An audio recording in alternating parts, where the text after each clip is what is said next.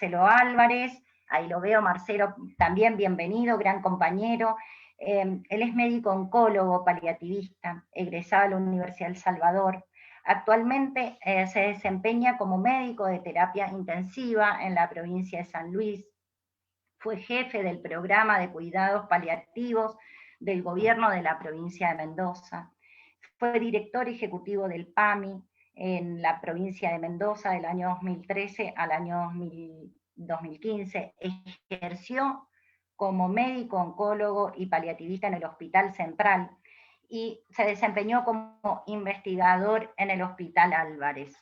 Entonces, bueno, habiendo hecho las presentaciones correspondientes y habiendo planteado un poco el tema sobre el cual vamos a estar conversando con estos compañeros, con la compañera Eleonora y el compañero Marcelo, yo me despido y le doy la palabra a Eleonora. Eleonora, ¿cómo estás? Buenas tardes, gracias por acompañarnos.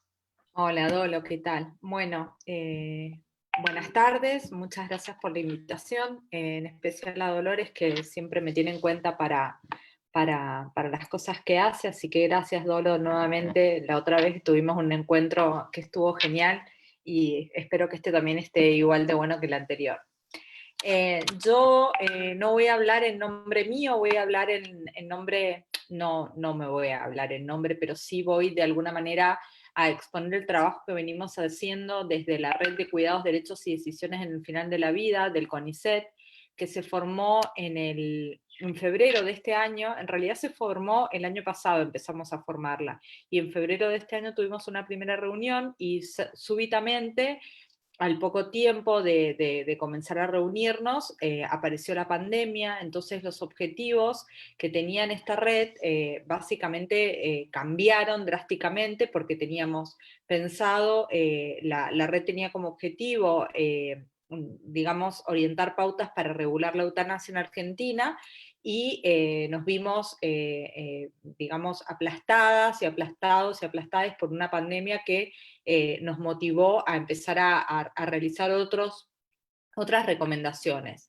La propuesta de la red, que ha sido creada en la red orientada a la solución de problemas que tiene el CONICET, surge de un interés de distintas investigadoras e investigadores.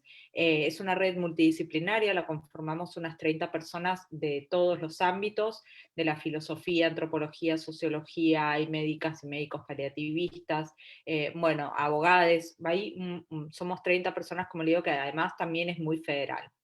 Esta red tiene por objetivo generar intercambios y proyectos entre investigadores, profesionales, tomadores de decisiones y quienes gestionan políticas públicas y privadas en torno a los problemas vinculados al final de la vida. En principio, el primer documento que hicimos fue el documento relativo a consideraciones, propuestas y recomendaciones para los protocolos de tratamiento humanizado del final de la vida en contexto de pandemia por COVID-19.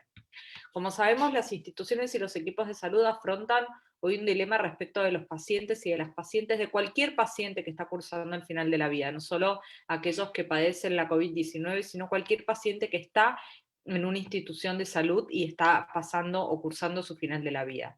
Por un lado está respetar el aislamiento obligatorio y las medidas de distanciamiento, mientras que por el otro hay que brindar a los y las pacientes y su entorno afectivo el derecho a despedirse en persona y una vez producido el fallecimiento.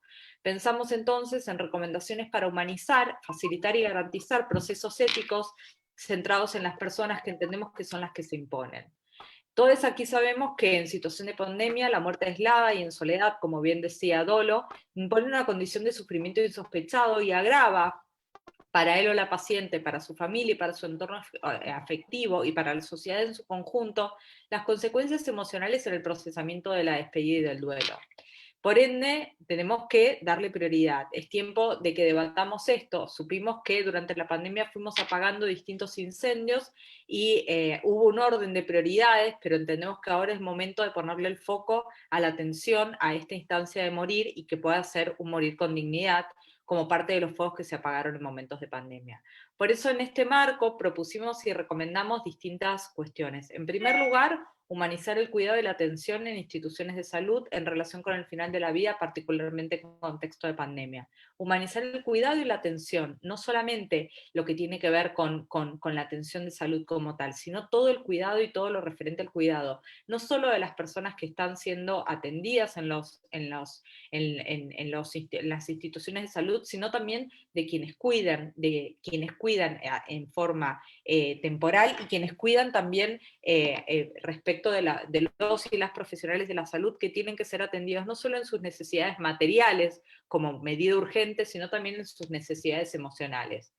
Y en segundo lugar decimos de garantizar el respeto por la autonomía de todos los pacientes y de todas las pacientes en el proceso de toma de decisiones. Por eso lo que sosteníamos es que tenemos que prever que toda persona que ingresa en situación de COVID-19, al ingresar al sistema de salud, junto con los datos básicos de la historia clínica, debe ser consultado acerca de sus deseos y voluntades respecto a las decisiones médicas y en especial respecto al final de la vida. Si no las tuviera, es el momento entonces para que la persona que ingresa, ofrezca la posibilidad de dejar sus voluntades anticipadas y registrarlas en la historia clínica. La situación excepcional de COVID-19 entendemos que exime de mayores formalidades, por ende, la directiva anticipada se podría plasmar en la historia clínica con el consentimiento de la persona, 2 testigos y el médico. Debemos respetar el enfoque de derechos humanos, sabemos que nuestro país tiene leyes maravillosas y lo que aquí proponemos es dentro del marco legal que permite la adecuación del esfuerzo terapéutico, el retiro del soporte vital, el rechazo al tratamiento, sobre la base del principio de igualdad, dignidad y no discriminación. Por ende entendemos que la edad biológica, la discapacidad, la salud mental y las discriminaciones socioeconómicas no pueden ser un criterio para la limitación o para la adecuación del esfuerzo terapéutico. Sabemos que en estos triage que se están armando hay de alguna manera una cuestión en el que la edad biológica, la discapacidad, la salud mental y las razones socioeconómicas se empiezan a preponderar. Por ende necesitamos sumar un enfoque integral al tratamiento de la enfermedad de la COVID-19, tanto para pacientes como para su familia y su entorno afectivo, como para los equipos de salud que, reitero, necesitan ser dotados de equipo material, de equipo médico material y emocionalmente. Necesitamos facilitar el contacto y la comunicación de todo paciente con su familia y su entorno afectivo durante todo el proceso de internación y extremar las medidas para facilitar el acompañamiento prioritariamente a las personas en situación de agonía y previsible muerte inminente por un acompañante, que puede ser un familiar, un referente afectivo, un asistente espiritual o cualquier persona que la persona elija. Y garantizar el derecho a la despedida, porque existe, aunque no lo diga nuestra legislación con esas palabras, existe un derecho a la despedida de los seres queridos durante el proceso de final de la vida y esa instancia debe ser lo más humanizada y confortable posible.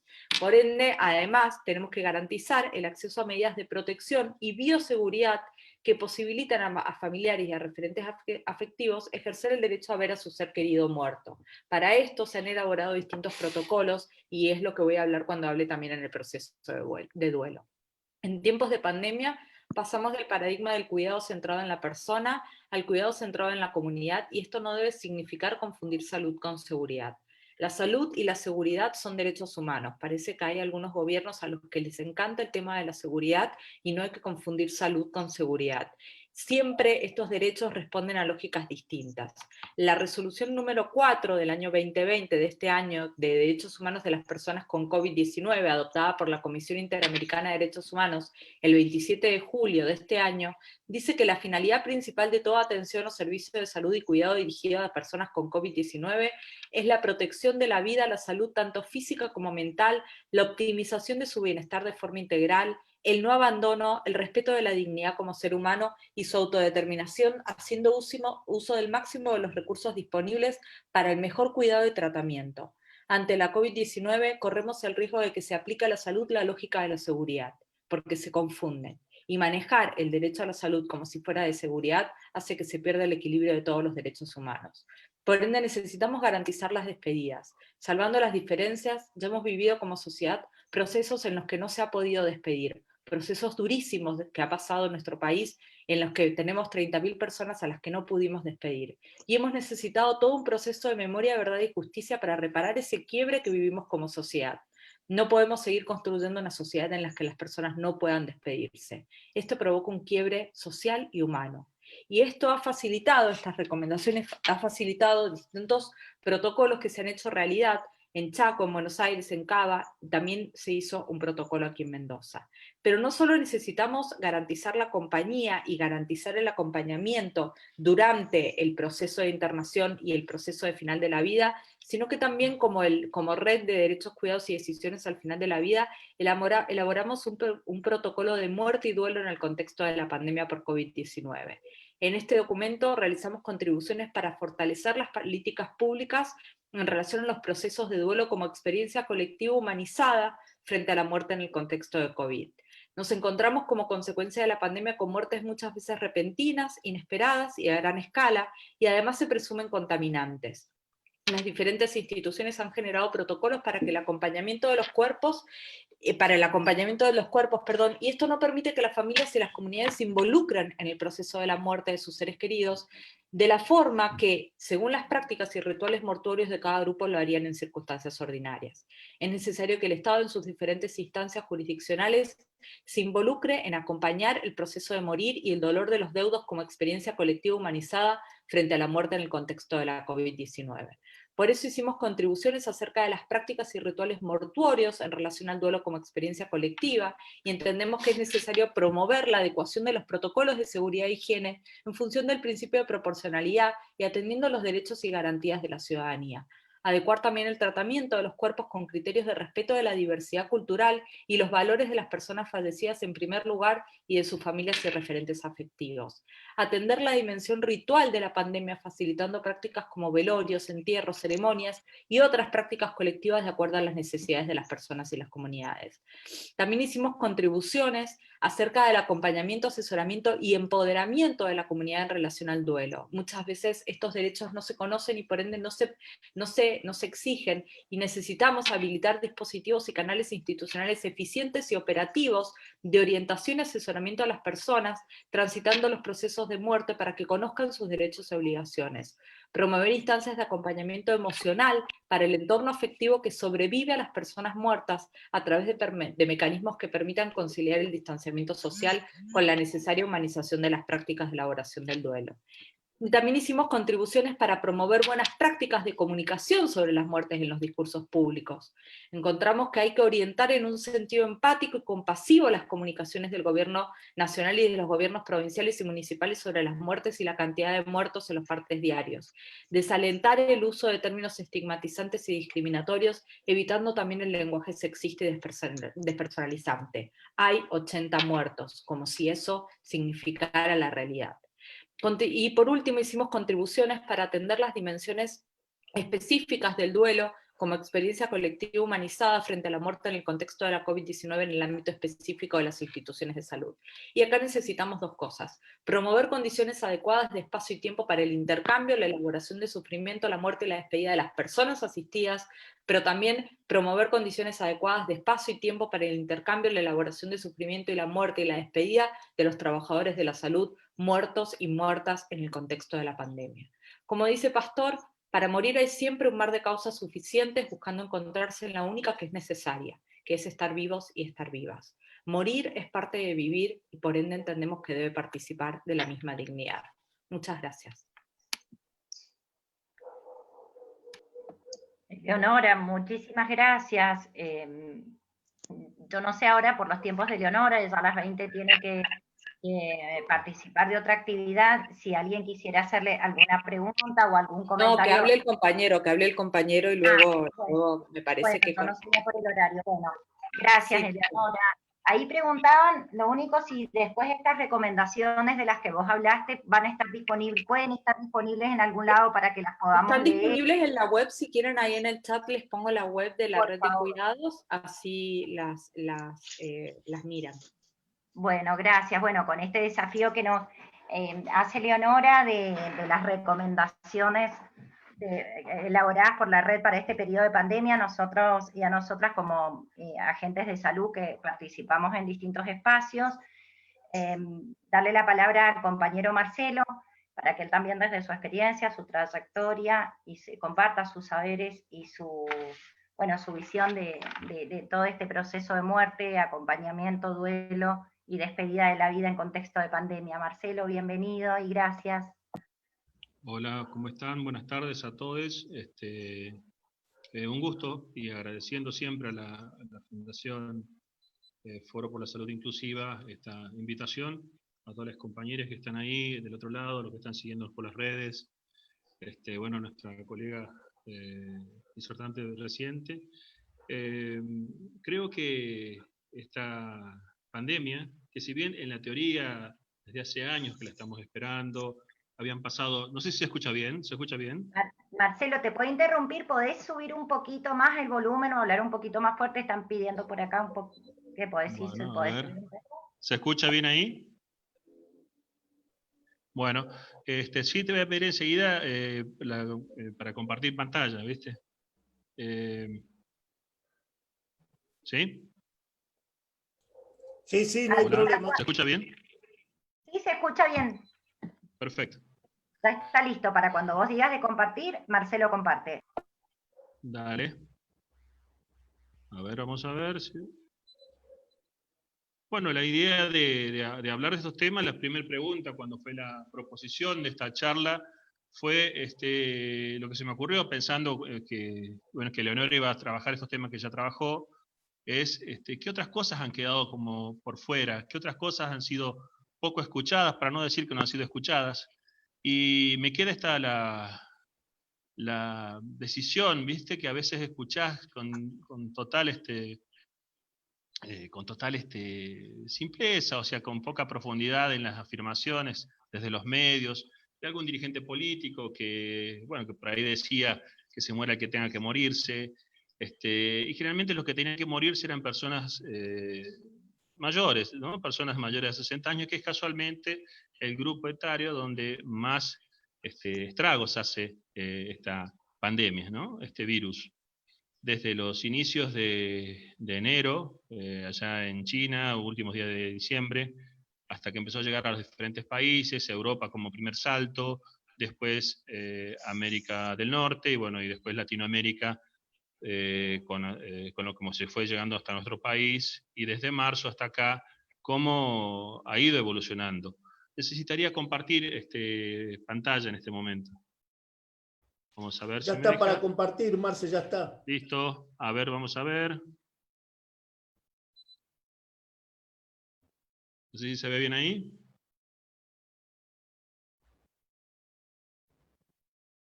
Sí, Marcelo, se ve perfecto. Bueno, a ver, vamos a correr esto. Vamos a clicar acá porque me está molestando. Y ahí estamos. Pero te tiro. Ahí vamos. Bueno, ¿qué voces se han escuchado poco en esta pandemia, no? ¿Quiénes son los que menos han podido expresarse? Por ahí se decía en algunos comunicadores y en algunos dirigentes políticos que había un grupo de personas que deberían quedarse adentro, quedarse encerrados y dejar que la economía siga funcionando, que la economía siga estando, porque el crack económico iba a ser muy grande. Nosotros desde la salud planteamos desde el primer inicio que ningún muerto consume, ninguna persona, que los cementerios, la economía no funciona bien, entonces si bien una enfermedad de pocas personas que realmente la pasan mal, que es menos del 10%, pero de ese 10% también hay que hablar que es una enfermedad tan prevalente y que afecta a tantas personas y tan contagiosa, que esa cantidad de gente llega a ser mucho, y cuando se afectan de golpe toda esa gente, termina colapsando los sistemas de salud y aumentando las tasas de mortalidad, que es lo que vimos que pasó en países que no creíamos que su sistema sanitario iba a ser tan vulnerable, como España, como Italia, un poco también Inglaterra, tan famosa por su sistema sanitario. Vimos cómo claudicó. Entonces, la primera respuesta que se nos ocurrió es que a las personas que menos se los había escuchado, casi como si fueran objetos que había que encerrarlos para cuidarlos, fueron los adultos mayores. Y esa es una de los grupos a quien me gustaría resaltar que no se ha tenido en cuenta. Y también de las cosas que recién, como nos decía Eleonora, las cosas que no se han tenido en cuenta también son los derechos de esos pacientes, o se han tenido poco en cuenta, o se ha tenido tardíamente en cuenta, los derechos de los pacientes a tener decisiones, a poder despedirse, a poder pedir que un ser querido lo acompañe, a esos familiares también a que acompañen a ese ser querido, y cómo las unidades de pronto se han hecho con este criterio de la seguridad y el control, que también por supuesto que es correcto, que uno comparte, pero por ahí no se ha tenido en cuenta que a los familiares también se los podría cuidar, también se los podría proteger y podrían despedirse, facilitar dispositivos electrónicos, por ejemplo, para la despedida, y eso repercutir también en una mejor calidad de vida. Dentro de lo que es la salud, se ha escuchado mucho a los sanitaristas, se ha escuchado mucho a los infectólogos, se ha escuchado mucho a los terapistas, pero se ha escuchado poco a los paliativistas, a los que se especializan de alguna forma en el acompañar en la última etapa de la vida y que trabajan también para resolver los conflictos que pueden darse en el equipo de salud, poder ayudar a que la alta tasa de mortalidad que van a tener los equipos, especialmente en las terapias intensivas, mucho más a la que acostumbraba tener, ahora intentan resolver y nos damos cuenta que los dispositivos que deberían estar ya armados en todo el país siguen faltando y siguen faltando en gran escala. Nosotros en Mendoza, con todos los compañeros que están ahí escuchando algunos, estuvimos trabajando mucho para que los cuidados paliativos se desarrollaran en la provincia de Mendoza. No sé, después de la salida intempestuosa de mí desde Mendoza, no vi que se desarrollara mucho, que se le diera tanta importancia a los cuidados paliativos, y creo que sigue siendo la gran falta para estas personas, ¿no? ¿Quién piensa en esos seres queridos que quedan sin ver a su ser querido, sin despedirlo, cuando no lo terminan enterrando y después se enteran que no era su ser querido el que había muerto, sino que estaba esperándolo en la clínica y nadie entendía, como ha pasado ya en 2 clínicas de Mendoza, que han informado incorrectamente la muerte y como entregan un cadáver cerrado, un cuerpo cerrado, no han podido despedirse. Es muy inhumano lo que se está viendo y por ahí con el criterio de la protección y la seguridad, entre comillas, epidemiológica, sanitaria, se han terminado haciendo cosas que están bajo todo principio ético, o contra todo principio ético. Bueno, esas voces que no se han escuchado, como decíamos recién, tienen que ver con esos adultos mayores y con esa persona que está en su última etapa, y también con ese familiar que no puede despedirse. Y así uno se remonta a lo que habitualmente hablábamos de las fases del duelo, en ese momento inicial, y uno recuerda casualmente de lo que nos pasaba a cada uno de nosotros. Imagino aquellos que no están en el área de salud, aquellos que decían al principio, esta fase de negación que describe Kubler-Ross, cuando hablaba, recuerdo cuando se decía, no, es algo que está pasando allá en China, por ahora no va a llegar, todavía hace calor acá en el verano del sureño, del hemisferio sur. Después es, bueno, sí, pero tal vez, bueno, ahora llegó a Inglaterra y llegó a Italia y llegó a España, y bueno, pero bueno, hay derecho, la gente ya pagó su pasaje y seguían viajando, desde los argentinos desde Seiza, y después ya es un problema de Buenos Aires y que, bueno, queda circunscrito a la capital federal, y después, bueno, nosotros nos estamos cuidando, no importa, todavía nosotros tenemos pocos casos, y casi como uno podría hacer cierto paralelismo, ¿no? En lo que describe Kubler-Ross en estas fases del duelo, en esta negación inicial, en esta negociación o pacto, en esta depresión, en esta aceptación, ¿no? En las etapas que estamos ahora en conjunto como sociedad, en donde todavía hay parte de la sociedad que niega que esto es real, que plantea que es una especie de conspiración, genera enojos, genera tristeza. En los equipos de salud no saben lo que es para aquel que no tiene nada que ver con la salud, terminar de ver un paciente que se muere, un ser querido, un colega que se muere, y salir a la calle y ver a la gente como si nada, corriendo, tomando en Palermo Zoo un drink, ¿no? en la ciudad de Buenos Aires, y cómo también está pincelado de decisiones por ahí que hacen a la peor parte de la política, ¿no? La política subida en los féretros, ¿no? Y así también fuimos viendo que de las cosas que también faltaban era que esos deseos del paciente por ahí no se estaban atendiendo. Inclusive aquel que deseaba no hacer un tratamiento, o sea que una persona añosa que se siente bien, que ya pensaba que estaba viviendo su última etapa de la vida y que podría de pronto pedir que no se lo pusieran en un tubo, no se lo intubara, no se lo metiera en una asistencia respiratoria mecánica, que es el respirador, el ventilador artificial, y que porque sabía que las secuelas que a veces se tiene después de eso, había una chance de que nunca salga, había otra chance de que salga y con secuelas. Entonces todo ese deseo primordial y esencial de las personas tampoco se habían escuchado, tampoco se escucharon esas voces. Entonces, ahí volvemos al acento de esto, de que los cuidados paliativos faltó escucharse. Hasta acá, recién en los últimos 3 meses se ve más el accionar, inclusive en el Ministerio de Salud de la Nación, donde la vi a Graciela Jacob, que presentó el programa de esto que está trabajando Eleonora también a nivel nacional, sobre las redes de acompañamiento, ¿no?, de los pacientes que están en situación de final de vida, producto de la COVID-19. Y bueno, y así se me ocurrió tratar de trabajar otras cosas, como por ejemplo el deseo escrito ante 2 testigos y ante un escribano para que pueda desarrollarse y se pueda respetar esa voluntad de la persona.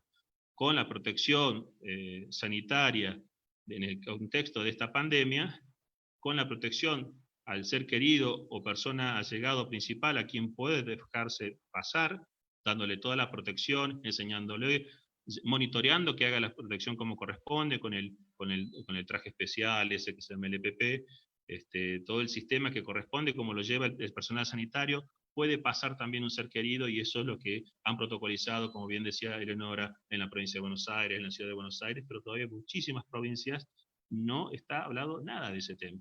Y más las provincias que de pronto tenemos menos experiencia, porque recién ahora están empezando las fases de exponencial de aumento de casos, y no las provincias que lamentablemente tienen una experiencia previa, o afortunadamente en este momento, que estas cosas ya las han pasado, ni qué decir del plasma de convaleciente y eso.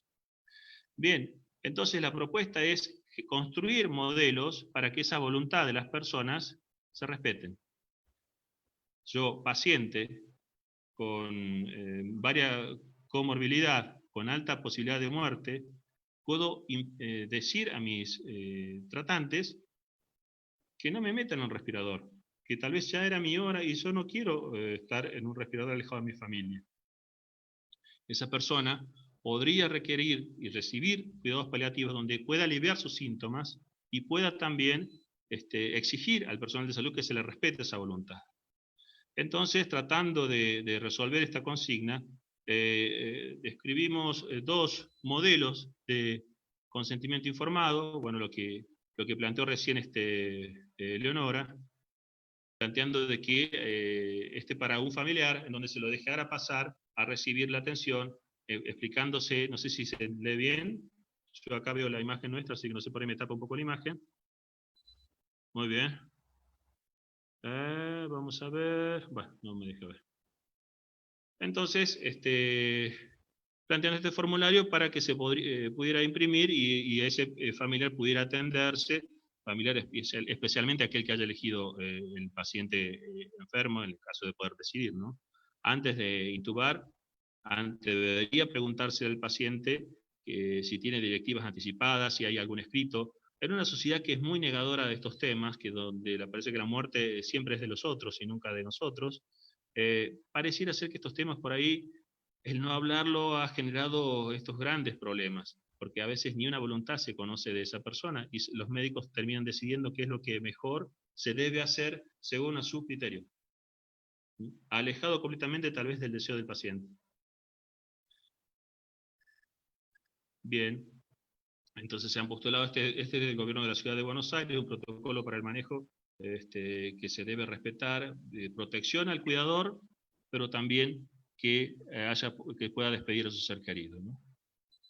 Entonces también habíamos hablado recién de cómo dejar esa voluntad por escrito, y qué es lo que dice la ley hasta acá, hasta para protegernos a nosotros, los médicos, y por otro lado para que principalmente el paciente se pueda proteger de los deseos de los demás. Y bueno, aquí planteaba un modelo en donde esta persona que está en pleno uso de sus facultades mentales, plantea que pueda pedir eso, después lo vamos a dejar en la red para que lo puedan copiar y tenerlo, si alguno quiere practicarlo, firmarlo y anotarlo, porque uno nunca sabe qué lugar va a estar ni cuándo, puede ser mañana, pasado, el año que viene, no se sabe. Hace 8 meses nadie podría decir que en este momento de la vida estaríamos todos encerrados, todos en fase, o por ahí en una pandemia, en el contexto donde ya hay 1 millón de personas en el mundo, como menos, que han muerto, ¿no? No deseo en especial, por ejemplo, acá se plantea la negativa a la reanimación cardíaca, a la ventilación mecánica, al aporte de líquidos y alimentos artificiales por sonda. Sí deseo recibir la medicación analgésica, o sea, no es hacer o no hacer, sino hacer lo que es proporcionado y no hacer lo que es desproporcionado, ¿no? Qué hacer con mis restos y obviamente transmitir las instrucciones a los seres queridos que van a respetar esa voluntad y que van a saber en el momento que yo no pueda elegir, que puedan respetar esa voluntad que había expresado, ¿no? El segundo modelo que sí me gustaría hacer más hincapié es el que lo propone el doctor Ignacio Maglio, un gran referente en lo que es tanatología y derecho, ¿no? Es un abogado, hijo de un terapista y antropólogo, también Francisco Maglio, del Hospital Muñiz. Bueno, él planteaba, por ejemplo, un modelo donde, bueno, acá lo habíamos modificado un poquito, que decía que a los 30 días del mes de septiembre, en total autonomía y libertad, en plena capacidad para ejercer mis derechos, siguiendo la declaración de voluntad, quiero que se respete, y daba unos enunciados. Por ejemplo, el primero, que en cualquier caso o por cualquier causa que me llevara en forma, a ver, vamos a ver si lo puedo sacar esto porque me tapa, ahí está. Primero, en cualquier caso y por cualquier causa que me llevara a un estado grave e irreversible, eso no lo dice Maglio, pero lo agrego porque tiene que ver con algo que pueda ser ético. Yo no puedo no aportarle algo que pueda mejorar el paciente. Pero bueno, eso es otra discusión. Vamos a tratar de respetar lo que él plantea en su documento de directivas anticipadas. En cualquier caso y por cualquier causa que me llevara a un estado grave de enfermedad o con pérdida de la conciencia e incapacidad para comunicarme, dar y recibir afecto, rechazo expresamente la implementación de cualquier tipo de soporte vital cuyo pretendido fin sea la prolongación indefinida de mi agonía. En tales circunstancias, si se hubiese implementado cualquier medida de soporte vital, solicito y ordeno su inmediato retiro. Segundo, el soporte vital, por eso es importante para mí esto que puse en rojo, que sea irreversible, que pueda demostrar que es irreversible, que lo sospeche por las imágenes, que lo sospeche por un electroencefalograma, porque recuerden que la persona con COVID se muere habitualmente de complicaciones como ACV, infartos, insuficiencia renal, neumonías secundarias. Bien, el punto 2 decía que el soporte vital al que me refiero incluye cualquier procedimiento médico, quirúrgico, kinésico o medicamentos o soportes nutricionales o de cualquier otro tipo que independientemente de su complejidad tecnológica, su utilización solo permita la prolongación artificial de mi vida de modo precario, penoso, gravoso e indigno. Declaro por tercero expresamente que no tengo miedo al adelantamiento de mi hora final, si ello es consistente con evitar sufrimientos inútiles y la degradación e indignidad de mi persona. Considero que el transcurso hacia la muerte forma parte de una experiencia, de una de las experiencias de mayor trascendencia y significación personal, y por ello ninguna persona, autoridad alguna, puede legítimamente expropiarme de ese derecho esencial a recibir en libertad la disposición de mi propio cuerpo en los finales de mi vida. Cuarto, respeto, y acá les dejo algunas articulaciones que puedan servir desde el punto de vista legal, respeto toda opinión u opción contraria, y en la misma medida exijo que sea respetada la mía. La expresión de mi voluntad se fundamenta en derechos esenciales donde están en juego la disposición del propio cuerpo, la intimidad y privacidad, la libertad de cultos y objeciones de conciencia, la identidad cultural y la igualdad, y el derecho a recibir en los finales de la vida, rechazando cualquier tipo de tratamiento o intervención médica. Esto es lo que habla la ley que se llama de muerte digna, 26.529, que es la ley de autonomía del paciente, los derechos del paciente, y la 26.742, que es la que se conoció como la ley de muerte digna. Esto es una modificación y ampliación de esta otra. Quinto, si el azar de mi hospitalización me sitúa bajo la potestad de personas que después de haber sido notificadas de este documento persisten en anteponer sus creencias a mi voluntad y me obligan a soportar un tratamiento que expresamente rechazo, ruego a mis representantes, seres queridos, herederos o en ausencia de ellos al portador del presente, ponga los hechos en conocimiento del representante de turno del Poder Judicial a fin de que se respete mi decisión contenida en el presente. El punto sexto, con relación a las cuestiones funerarias, exequias, declaro, bueno, habla algo personal él, que dice que no, que todo lo que pueda servir como trasplante de órgano o para los fines del conocimiento de la ciencia, que se haga, y si no hay nada que se pueda servir, o más en este contexto de pandemia, que se creme, y bueno, que esos gastos, él deja ya un monto ahí, y plantea que hasta que los arreglos florales, solicitando a quien quiera realizarlo, que lo troque por su valor por un gesto solidario. Bueno, y séptimo, en síntesis, parafraseando al poeta, habla él: quiero morir de mi propia muerte, no la de los otros, no la de otros, no la que quieran imponerme, no la de los médicos, no la de los escribanos, ni mucho menos aún la de los jueces. Es muy fuerte para donde no estamos acostumbrados a hablar de estos temas, como Ignacio Maglio lo plantea, ¿no? Bueno, y como hablábamos recién de lo que estaba pendiente siempre ha sido los cuidados paliativos, los tratamientos curativos, cuando empiezan, por ejemplo, en el diagnóstico de un cáncer, siempre empieza un gran porcentaje de tratamiento y solo se habla de la cura de la enfermedad. Pero si la enfermedad no va bien, los cuidados paliativos empiezan a tener una mayor representación, tanto que al final capaz que es exclusivamente paliativo y ya casi ningún tratamiento antienfermedad. Lo mismo para otras enfermedades como las fibrosis quísticas, la CEPOC, la HIV en fase terminal, las enfermedades neurológicas evolutivas, que casi siempre es evolutiva, un Alzheimer, por ejemplo, siempre va a haber el tratamiento del control de los síntomas. ¿Cómo es la realidad de una persona que muere o que está en sus últimos días por COVID? Acá esta persona todavía está lúcida, por ejemplo, sostiene todavía algo para afirmar, parece, ¿no? Pero esta es la realidad de la que estamos hablando, ¿no? Porque a veces hay pocas imágenes de esto. Vemos mucha imagen de gente tomando café o una cerveza, pero vemos poca gente de lo que significa estar en terapia intensiva. Bueno, recién hablábamos de los dirigentes que decían cosas como que se mueran los que tengan que morirse, ¿no? No hubo mucho comentario ante esto. Esto es un planteamiento ideológico. También la OEA y la Comisión Interamericana de Derechos Humanos ha planteado en la Resolución 1 del 2020 que el acento también a las personas mayores, ¿no? Del cuidado, por un lado, pero también de que tienen derechos y también pueden tomar decisiones, inclusive en esto de la internación, o qué van a pasar con ellos, qué van a decidir.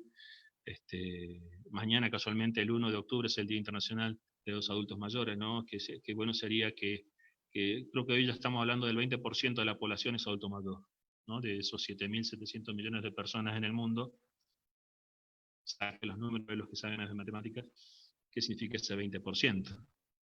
¿Y qué derechos de estos se están atendiendo? ¿Qué voces de ellos se está escuchando? ¿Y qué violación de derechos humanos se están haciendo?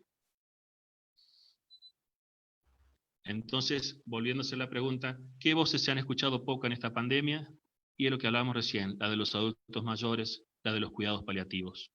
Aquel cuidado total, activo y continuado de los pacientes y sus familias por un equipo, hecho por un equipo multiprofesional, cuando la expectativa médica no es la curación, el control del dolor y de otros síntomas y de problemas psicológicos, sociales, espiritual, que es primordial. Lo hace un equipo de salud, no lo hace solo un médico, y lo hace a un grupo, a una unidad de atención que es el paciente y la familia, ¿no? Bueno, y pronto el 10 de octubre también estamos festejando, celebrando el Día Mundial de los Hospices y los Cuidados Paliativos. Bueno, ahora, ¿cómo se saca esto? Perdón, los errores de... Vamos a ver. A ver. Arriba pones, arriba de todo, te baja y pones dejar de presentar. Listo. Ahí estás. Bueno, muchas gracias. Bueno, eso creo que tenía que ver el acento, que las cosas que quería poner, más que nada plantear esto en las directivas anticipadas, que es posible despedirse de ese ser querido, por lo menos un cuidador, y que esos protocolos tienen que estar en toda unidad de atención donde se atienden pacientes terminales por COVID y por no COVID, ¿no? Basta de esto de que las personas parecían estar privadas de libertad en las unidades de terapia intensiva, y que si bien es un peligro, es un riesgo, el familiar también tiene derecho a asumir ese riesgo con la protección adecuada, con la provisión de esa protección de la institución, puede ir a despedir a ser querido. Hay protocolo hasta para el lavado, higienización de la mano del paciente y que esa persona pueda tocar la mano, ¿no? Nuestros pacientes siguen teniendo mucho hambre de piel al final de sus días y creo que es el momento de hablarlo, es el momento que la Ley Nacional de Cuidados Paliativos salga del Congreso. En este contexto de un gobierno de extensión de derechos, creo que no podemos demorarnos más en esto de los cuidados paliativos en todos los lugares, porque en todos los lugares la gente se muere, cometemos esa cuestión de que por ahí los médicos no curamos todas las enfermedades, entonces esas personas que ya el objetivo no es curar, sino que viva su vida hasta donde pueda y hasta donde ella quiera, pueda vivirla con dignidad, y no puede haber dignidad cuando hay dolor no controlado, cuando hay sed de aire, cuando hay una asfixia. Entonces, se puede tratar, se puede mejorar esos síntomas, se puede hacer un trabajo multidisciplinario, y ahí los psicólogos tienen mucho que ver, ahí los trabajadores sociales tienen mucho que ver, los enfermeros, los kinesiólogos, un poco los médicos también. Bueno, eso es lo que quería compartir con ustedes y obviamente esperando acá la parte más importante, que es el debate posterior. Creo que sería importante aprovecharle, Leonor, antes que se nos vaya, para hacer algunas preguntas y puntualmente, no sé si ya empieza el debate o el conversatorio puntual, preguntarle que en Mendoza no conozco qué es lo que se está teniendo como esto de protocolos de acompañamiento. No sé si hay algo y si está autorizado para todos los hospitales.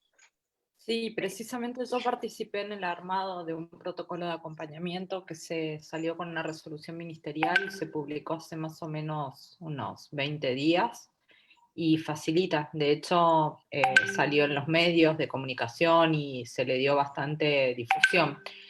Lo bueno sería que todas las personas conozcan que este protocolo existe, que habilita un acompañamiento, que habilita, incluso no habilita un único acompañamiento, sino habilita un acompañamiento que puede ser durante la internación también, con visitas que pone un tiempo de duración, pero visitas que pueden estar. Entonces, sí, este protocolo existe, sí, está aprobado por, no sé si por resolución del ministerio o por decreto del gobernador, no sé, pero se armó un equipo interdisciplinario, a raíz, bueno, yo debo confesar que insistí bastante en que esto saliera, y se armó un equipo interdisciplinario y salió. Gracias, Eleonora. Gracias, Marcelo.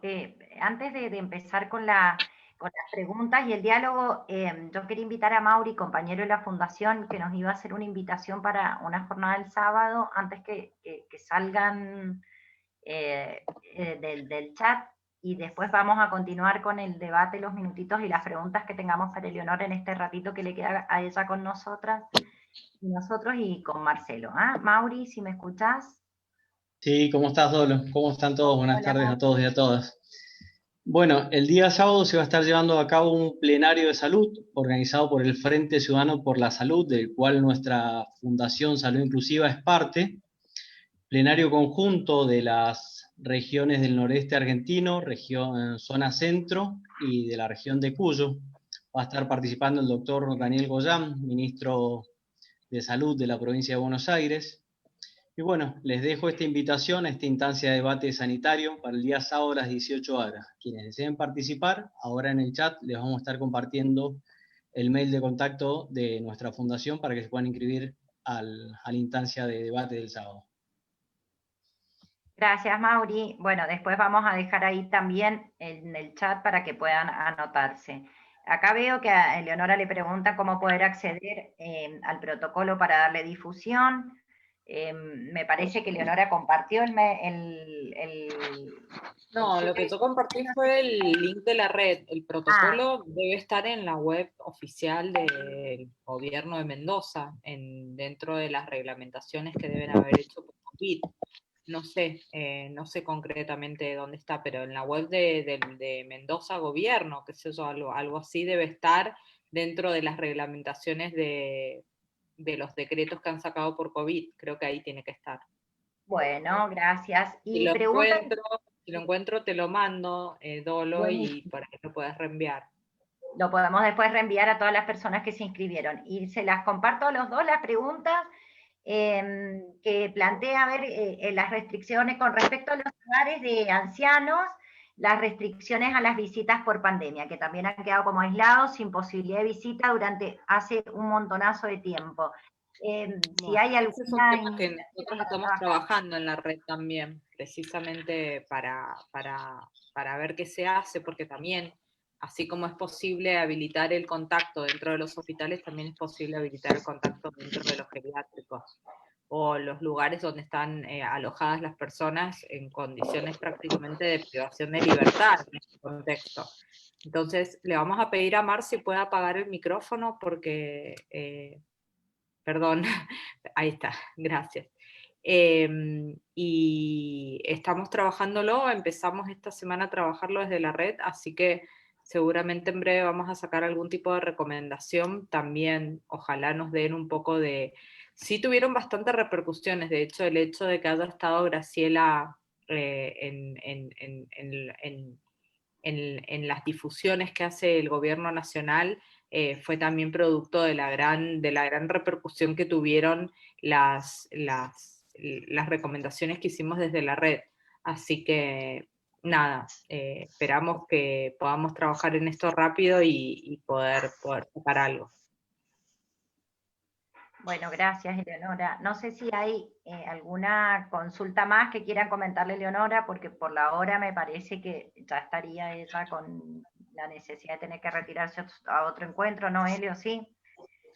Sí, me tengo que ir a una reunión. Si les interesa, estamos armando, también tiene que ver con cuestiones de salud, si les interesa, estamos armando un grupo de ayuda integral para personas ostomizadas, que vamos a tener un encuentro este sábado a las 10 de la mañana para todas aquellas personas o familiares de personas que están ostomizadas o están atravesando algún proceso semejante al de una ostomía, que no existe a nivel nacional, primero cumplimiento de la ley y tampoco existe niveles de acompañamiento. Yo estuve ostomizada durante un año, lo viví en carne propia, de hecho he tenido recientemente una operación para revertir esta ostomía y la verdad que no tenía ningún espacio al que recurrir. Entonces, estamos armando un espacio para que precisamente las personas puedan tener un lugar de consulta, de acompañamiento, de asesoramiento, de ayuda. Así que a quien le interese es bienvenido.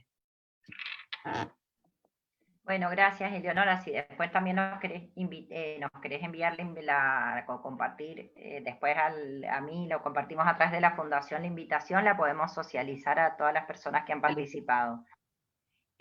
Bueno, Eleonora, te agradecemos Dolo, muchísimo. quería plantear, ¿Sí? está bien, los protocolos lo podemos hacer y hacer muchísimos, pero de ahí que se cumplan es una tarea también, tal vez sería una tarea de este grupo, de una especie también de militancia, ¿no? De estos los derechos de las personas, porque si no, quedan en letra muerta, ¿viste?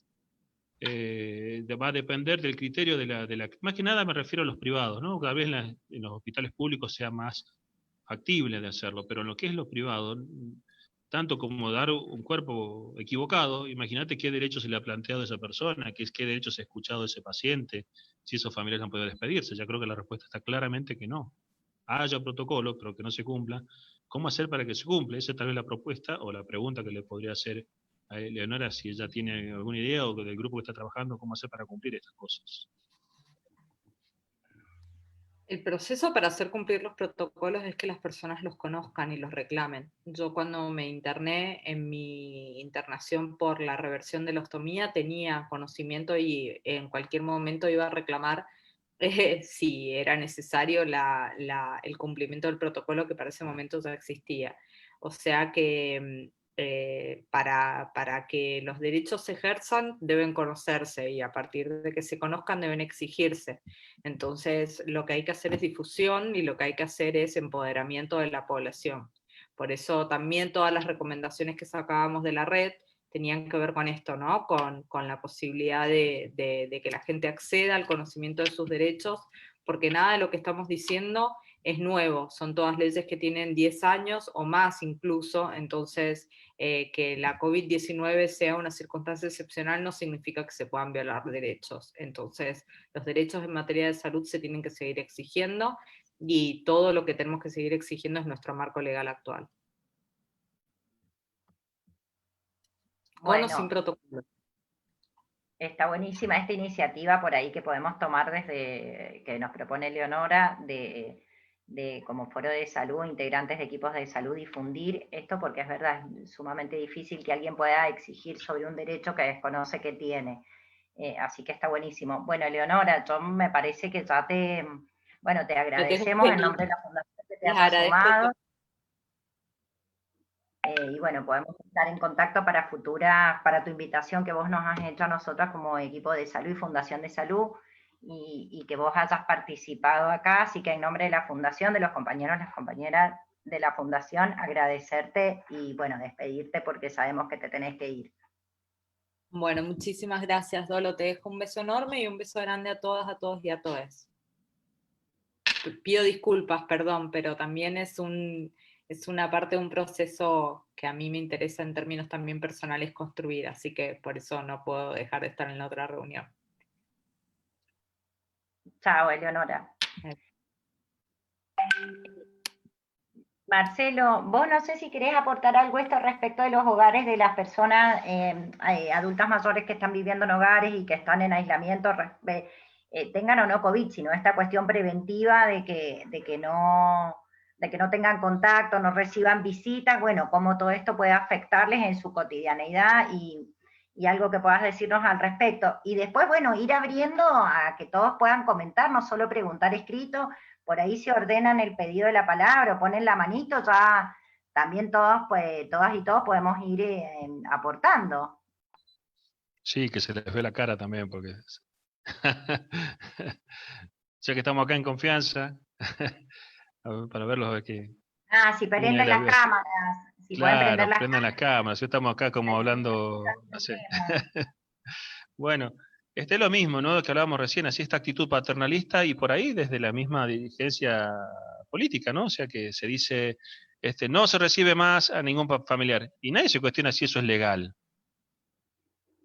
Una vez escuchó en una clínica, por ejemplo, decir, no, hasta que no paguen lo que deben, no puede salir el paciente. Eso es privación ilegítima de la libertad, o sea, es algo, el ABC de los derechos y las garantías constitucionales. Firmará documento, hará lo que tenga que hacer, pero no puede privarse de la libertad a una persona que irse a su casa. En todo caso, firmará, me voy, pero el médico se dio la fuga, pero no se puede prohibir que la persona se vaya donde quiere estar. En el contexto de una pandemia donde hay protección, lo que uno debe proveer es la protección, obviamente, porque no podemos exponer al resto de la sociedad, pero es un derecho de la persona, puede estar en su casa. ¿Cómo que no? Si existieran los grupos de cuidados paliativos, esa falta de aire podría ser tratada con medicamentos, o sea que aunque tuviera la saturación de 80, 70, no debiera sentir esa angustia de la sed de aire que tiene una persona en insuficiencia respiratoria. Entonces, si estuvieran los equipos de cuidados paliativos trabajando, no debería por qué necesitar, aunque haya necesidad de respirador en la bioquímica, en los análisis, en el saturómetro, si la persona no quiere estar internada, ¿por qué se lo obliga a estar internada? O sea, lo mismo al personal geriátrico, a los pacientes de los geriátricos, a las personas en geriátricos, realmente algunos no son pacientes, no son enfermos. Lo mismo, o sea, si los familiares de esas personas respetaran, podrían pelear para respetar esa voluntad, y por supuesto que tienen derecho. Yo no sé si hay algún abogado acá en el conversatorio que pudiera darnos un aporte más desde lo legal. Justo se nos fue Eleonora, pero que pudiera darnos qué podemos hacer en el caso de que no se estén violando los derechos humanos, porque realmente es eso. Tratando siempre de conciliar, tratando de evitar la discusión, o sea, la disputa, la pelea ya jurídica, pero cuando ven que no se respeta ningún derecho, ya no te queda otra herramienta que usarla, la que tenés. Gracias, Marcelo. Acá Graciela, que está compartiendo el Facebook, obviamente también la difusión, pregunta Olga desde Facebook, que están siguiendo esto, bueno, me lo sacaron, no puedo decir que preguntaba Olga. No sé qué preguntaba, perdón, Olga, pero creo que tenía que ver con que si tenían conocimiento, acá está, perdón, Se ha hecho Olga pregunta si ya hay algún antecedente de que se haya hecho la petición por parte de alguna persona para su cumplimiento. Imagino que se refiere al protocolo o se refiere a Un esto amparo, de dice. Si alguien hizo un un amparo. amparo. Si Lo si ignoro. alguien alguna vez... Sí. Lo ignoro. Bueno, yo aprovecho para preguntarle a Marcelo, pero también hay compañeros, compañeras y compañeros de distintos, que trabajan en distintos efectores de salud, y plantearles en esto también yo trabajo en atención primaria y por ahí hay mujeres que están embarazadas llegando a la fecha de parto y les genera muchísima angustia el hecho del momento de parir en contexto de pandemia, si van a poder o no estar acompañadas de algún pariente en el momento del parto. Entonces sé que hay compañeros que trabajan en maternidades o en servicios de obstetricia, saber si hay algo de esto también para acompañamiento de las mujeres que van a parir, que puedan comentarlo. No sé, Genaro, vos que estás en hospital. Hola Marce, tanto tiempo. Sí, primero en un comienzo de la pandemia, hace como unos 3,5, 4 meses atrás, se había prohibido la entrada del acompañante a la sala de parto. Pero después de varios, hicimos un documento en el hospital donde no se le podía coartar ese derecho a la mujer y que decidiera, y ahora se está con el acompañamiento en la sala de parto, con su pareja, con la que ella quiera, así que en el Chestacó se está haciendo, y inclusive en el hospital de Malargüe también se está cumpliendo, digamos, con el acompañamiento del parto respetado. Bueno, gracias, Genaro. No sé si alguien quiere pedir la palabra, hacer algún comentario, algún aporte a lo que Marcelo y Eleonora nos plantearon, nos dejaron pensando. Yo sé que, disculpame Marce, no pude estar por una cuestión, y lo que el otro día estábamos charlando con un grupo de gente, la gran deshumanización que ha llevado, digamos, esta enfermedad del COVID, donde en realidad sobre todo aquellos que se internan, donde vos llegás al hospital, te atienden personas como ET,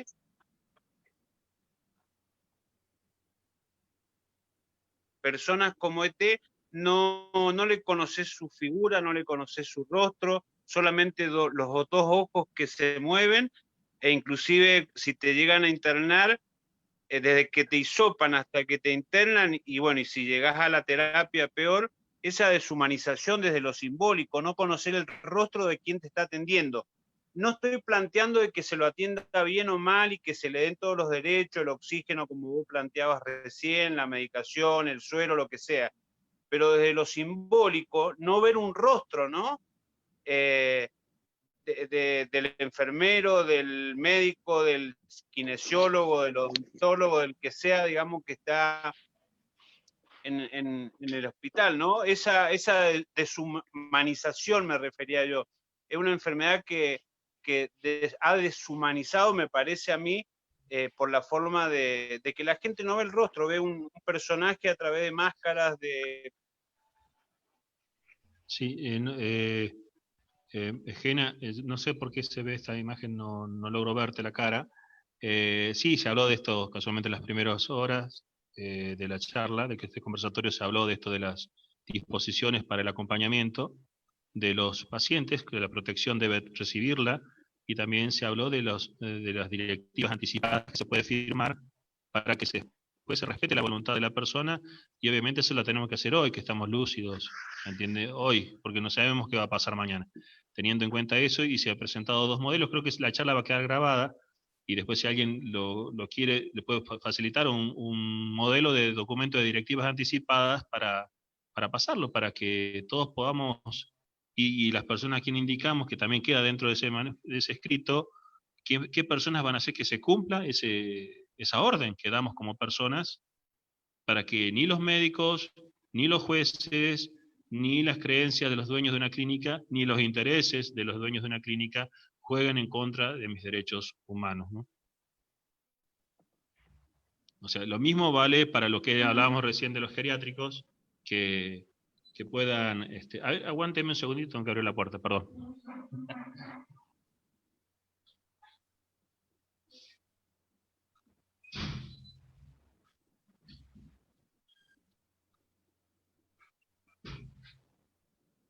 Bueno, ahí estamos. Bueno, eso es el planteo, ¿no? De que hay derechos que no se están cumpliendo, pero no por ahora por la COVID. Ahora se ve mucho más, se nota más, pero vienen de años que no se cumplen. ¿De hace cuánto que estamos hablando de los derechos? La ley de cuidados paliativos, ¿cuándo es? ¿Ya del 2012? La ley de muerte digna, perdón.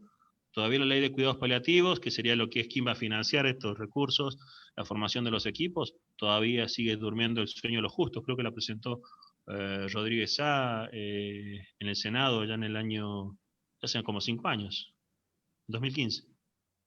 Y quedó ahí, y una media sanción del Senado y quedó ahí. Entonces, no se arman los dispositivos, no se financian los dispositivos, y las personas siguen decidiendo, los médicos, un terapista, por ahí puede tocarte un terapista un poco más humano, que te permita pasar, pero vas a depender de eso, de esa apertura mental de ese médico, ¿no? O que una familia que quiere hacer de todo para salvarle la vida, aunque sean métodos desproporcionados, parece ser que jamás hubiese elegido eso si pudiera decidirlo, ¿no? Pero bueno, estamos hablando siempre de una persona que no puede decidir si no se le pregunta. Ahora, esa persona que hoy puede decidir, ¿le respetan su deseo? ¿Le respetan? ¿Le preguntan qué quiere hacer? ¿O solamente le dicen que le van a hacer tal cosa y le hacen? O ni siquiera le preguntan, solamente lo sedan y le meten el tubo y ya está. Y el último, la despedida de su mundo fue esos ojos de ese reflector del techo que miró y fue lo último que vio. Porque nunca más se despertó. Eso es la realidad que estamos viviendo y el paradigma hegemónico de los médicos está claramente marcándose. Y nadie habla de estos temas, así que me encanta que el foro haya tomado esta consigna y haya tratado de llevar un poquito de contenido para darle esto y para reconocer que hay derechos que no se están respetando y que deben respetarse. Y conociendo, como decía recién Eleonora, conociendo los derechos podemos defendernos. Si ni siquiera los conocemos, imaginémonos qué nos puede pasar, ¿no? Cada uno de los que estamos acá, ¿cuántos estamos acá en este momento? Entonces somos como 39, dice acá, participantes. Hemos dicho, por lo menos por verbalmente, con nuestros seres queridos, ¿qué pasa si quedáramos en un accidente con lesión cerebral irreversible? ¿Qué desean hacer sobre su cuerpo? Hemos podido hablar de estos temas. Somos una sociedad negadora de la muerte. Y tiene que ver con nuestra forma de ser, nuestra idiosincrasia, nuestra cultura latina, paternalista. En el paternalismo también está el accionar de los médicos. Cuando no hay algún conflicto de intereses, un día de terapia se paga bien. O sea, dependemos de todas esas variables y que por ahí está muy alejada de los derechos del paciente, ¿no? Ley 26.742. Ley del Gobierno Popular. Gracias, Marcelo. Le vamos a dar, que nos estaba pidiendo la palabra, al doctor Sergio Salomone, que está por ahí. Doctor Sergio, el micrófono. Sí. Bueno. Ahí lo escuchamos. ¿Se escucha bien? Buenas tardes a todos. Sí. En realidad, la apreciación, la conclusión que yo saco de todas las aportes y de todos los conceptualizaciones respecto a la salud mental, al tema de los protocolos, de la información al paciente. Hay cosas que son propias de esta etapa, ¿sí? Y hay otras que son propias ya de las fallas del sistema, ¿sí? Que yo le diga a un paciente, no en época de COVID, internado, le diga como médico, señora, su patología cursa en el hígado. No sé qué le estoy diciendo. ¿Qué me entenderá? Entonces, a ver, los médicos no esperemos que los médicos informen adecuadamente, porque los médicos somos malos informadores y mucho peor comunicadores. Mucho peor comunicadores. Y creo que la pandemia le damos vuelta y le damos vuelta, y hay un tema que nunca entra en concepto, ¿sí? Difícil es que yo pueda informar los derechos individuales de un paciente a que lo vean, en el caso de un adulto mayor, por ejemplo yo, que la sociedad lo tiene invisibilizado de por vida, desde siempre. ¿Para qué querer verlo cuando muere? Preguntaría yo. Puede ser un cuestionamiento muy obvio. Si no tenemos al problema del derecho individual, concretamente, ¿sí? De hecho, las transgresiones de la gente entre 20 y 49 años, que es el grupo etario de mayor tasa de infectividad, no piensa en los adultos mayores, en absoluto. Si lo miramos desde un punto de vista del derecho individual, a querer morir, a tener, digamos, lucidez, bueno, eso requiere también de una información a la comunidad, a la población. Yo sigo insistiendo que la pandemia debe encuadrarse desde el punto de vista metodológico, epidemiológico, como la ocurrencia de una catástrofe particular, porque es un virus que trasciende. Siempre me acuerdo yo del incendio de la planta de gas del Estado, enfrente del Hospital de Encina. Yo trabajaba en el Hospital Emilio Civil. Vinieron muchos con quemaduras muy graves y todos corríamos a buscar suero, todos corríamos a buscar Avoca, todos corríamos a buscar todo. Nadie estaba entrenado. Para esta pandemia, nadie está entrenado en ninguna parte del mundo. De hecho, debiéramos haber aprendido un poco por la tardanza que ha tenido en instalarse en nuestro país o en Latinoamérica, y hay cosas que no la aprendimos. Por ejemplo, entrenar clínicos y anestesiólogos para ser de intensivista, aprender a intubar y demás. Si no tenemos terapista intensivo, Marcelo, creo que tampoco podemos formar paliativista en tan poco tiempo. Esto es una cuestión que no es un drama de ahora. Los paliativistas deberían haber estado formados desde antes, no para la pandemia, sino para la gente cuando se muere con toda la lucidez del derecho individual de decir yo quiero morirme en mi casa. Punto. De manera que acá el tema de la formación, el tema de los defectos del sistema crónico que hay, todos se agudizan en esta pandemia. Básicamente hay una cosa que está permanentemente en todas las opiniones de ustedes y en todo el pensamiento de ustedes, que es la información, que es la comunicación. ¿Quién coordina el sistema de salud en el Gran Mendoza? Pongámosle, no pongamos en la provincia, en el Gran Mendoza, que entre el sector privado y el sector público, como que cada uno hace lo que puede. No hay un teléfono para, o lo hay, pero es como que da lo mismo, o sea, no. Ahí tengo una persona conocida, un jefe del INTA, que tenía DAMSU y estuvo girando con hipoxemia desde el día sábado, desde el día domingo hasta que ayer arribó al italiano, por supuesto, grave, muy grave, intubado y demás, estuvo girando de la clínica de Cuyo al universitario, a la Santa Isabel, etcétera, etcétera. O sea, a ver, es como que una viróloga, por ejemplo, del Lago Mayores, me dice que algunos médicos incorporados en la parte infectológica aplican el protocolo distinto en el hospital público que en el sector privado, que en la clínica donde trabajan, haciendo mención a esta diferencia que hacía Marcelo, ¿no es cierto? A ver, es como que hay otros intereses en el momento, digamos, que pueden superponerse, como son los económicos de alguna parte del sector privado. Digo, la gente que se muere hoy sin atención médica, no por COVID, por otra cosa, porque no tiene un canal de comunicación. OSEP, que es la obra social más importante de la provincia, una de las más grandes del país, no tiene atención médica ambulatoria prácticamente en ningún lado. A ver, creo que la comunicación debe estar supeditada a la centralización de las decisiones. De hecho, en Chile se ha declarado el estado de excepción y el toque de queda. ¿Por qué? Y si todo está subvertido, Marcelo, ¿cómo vamos a sancionar una ley ahora en el medio de este desastre que hay, donde hay tanto enfrentamiento, donde el poder legislativo nacional y provincial se cuestionan mutuamente si es legítimo, si no es legítimo, si es legal, si no es legal, le piden opinión a la Suprema Corte de Justicia, la da si quiere, si no la... Digamos, es un desorden fruto de las catástrofes. Y la catástrofe no es la palabra la que configura este tema, sino es el abordaje metodológico de una situación que interrumpe la producción o la reproducción de bienes y servicios de todo tipo, de todo tipo.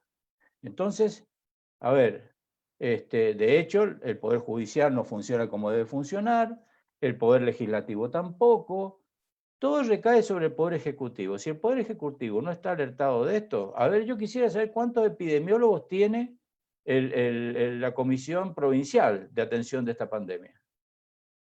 Porque son más importantes los epidemiólogos, los estadísticos, que no los infectólogos. Si hoy apretamos en Google una tecla y nos dice lo que tenemos que saber sobre el virus y el manejo y la medicación y demás, digamos, no es un problema de conocimiento, es un problema de experiencia.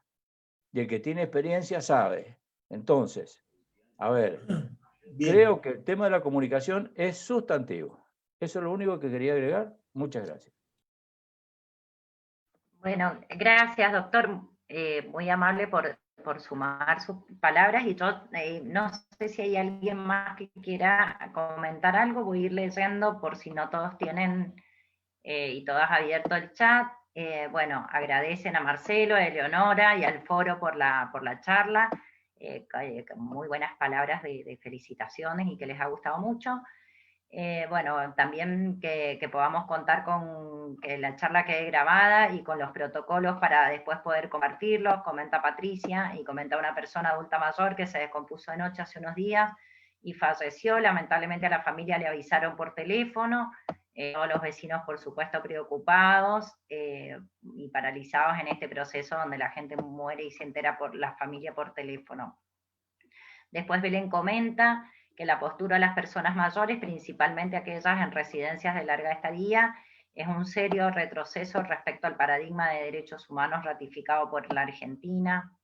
Bueno, muy interesante el encuentro y habilitar esto. Después Jazmín comparte con el doctor Sergio que es un estado muy parecido al caos. El personal de salud infectado sufre de mucho maltrato institucional, pretendiendo que se presenten a trabajar sin el alta de la RT. Así que bueno, hasta ahí los comentarios. No sé si hay alguien más que tenía la mano levantada. Si no, yo les agradezco a todas, todos y todas por participar. Le voy a dar que también tenía la manito levantada a Pablo, y que él de paso nos dé unas palabras para terminar este encuentro. Pablo, te escuchamos. Gracias, Dolo. Bueno, buenas noches a todas, todos y todes. No, Doc, mientras iba hablando el Marce, me acordaba, y con también lo que decía Leonora, la importancia de conocer los derechos para poder exigirlos, me acordaba, creo que fue en el 2014, bueno, el Marce algo nombró al principio, me parece que es algo para volver a buscar ponerlo en agenda, y creo que este contexto también es favorable, que ha permitido la discusión de un montón de aristas de la salud, del derecho a la salud, y es que en el 2014, creo, si no me equivoco, se estuvo trabajando para reglamentar, o sea, se estuvo trabajando la implementación de la ley de cuidados paliativos a nivel provincial. La verdad que se había hecho un buen trabajo, un equipo, bueno, del que varios y varias de los que estamos acá participamos, y donde se planteaba los cuidados paliativos centrados en la atención primaria, para dar una red de cuidados paliativos provincial realmente con equidad en la accesibilidad geográfica, sobre todo. Y bueno, eso la verdad que quedó armado, quedó sin ser reglamentado por el Ministerio de Salud de la provincia. Me parece que es un tema que está bueno para retomarlo y seguir dando ahí la lucha y militándolo para que realmente los cuidados paliativos sean un derecho y sean accesibles para el conjunto de la sociedad. Así que bueno, nada, me acordaba de eso y era para compartirlo, justo también como había estado Marisa Garnica, que es legisladora, también lo habíamos puesto algo ahí en el chat. Así que bueno, de mi parte, muchas gracias a todos los y las que vienen participando. Ahí, bueno, ya saben, el encuentro del mes que viene con alguien tan referente como es Robert, y la importancia de pensar también la estrategia de redes en este momento, donde nosotros a nivel provincial estamos haciendo justamente una observación desde la crítica, desde una mirada crítica de cómo se ha dejado de lado la atención primaria, la lógica de redes en la articulación entre la provincia, los municipios, las organizaciones sociales y demás actores que están en el territorio, que podría ser un abordaje mucho más estratégico y que diera mejores resultados. Así que bueno, eso, y bueno, como decía Mauri, el sábado, quienes quieran, está el plenario con Daniel Godán, referente del Frente Ciudadano por la Salud, a las 18 horas. Muchísimas gracias a todas y todos. Gracias, Dolo. Gracias, gracias a todos. Bien, chicos. Hola, compañeros. Sí. Hola. Sí, Sí, ¿Ya Marcelo. termina esto o podemos seguir un ratito más algunos? Que siga. Pues yo estoy muy inquieto de algunas cosas que quisiera preguntarles, pero no sé si se hace por tanto tiempo y ya está, si se pasó el tiempo. Yo no tengo problema de seguir un rato más, no sé si alguien puede o no se puede. Pregunto. Marcelo, claro, Yo estábamos lo dejo justo... conectado, no tengo problema. Claro, no sé si quienes pueden continuar.